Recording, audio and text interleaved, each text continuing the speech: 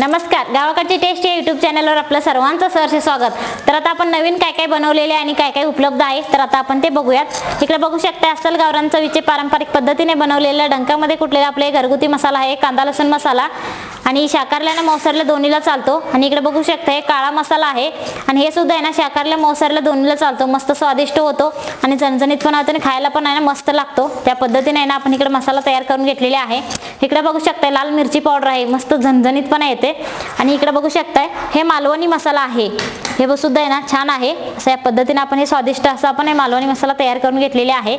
इकडे बघू शकता हे देशी हळद पावडर आहे आणि इकडे बघा आपल्याकडे वेगवेगळ्या प्रकारचे आहे लोणचं आहे, त्यामध्ये आहे ना कैरीचं पिवळं लोणचं आहे आणि इकडे कारल्याचं लोणचं आहे, माईनमुळा लोणचं आहे, लिंबू गोड लोणचं आहे आणि कैरीचं तिखट लोणचं आहे आणि लिंबू तिखट लोणचं आहे आणि हळदीचं लोणचं आहे। तुम्हाला आहे ना मिरचीचं लोणचं लागणार असेल सुद्धा तुम्हाला मिळणारच आहे।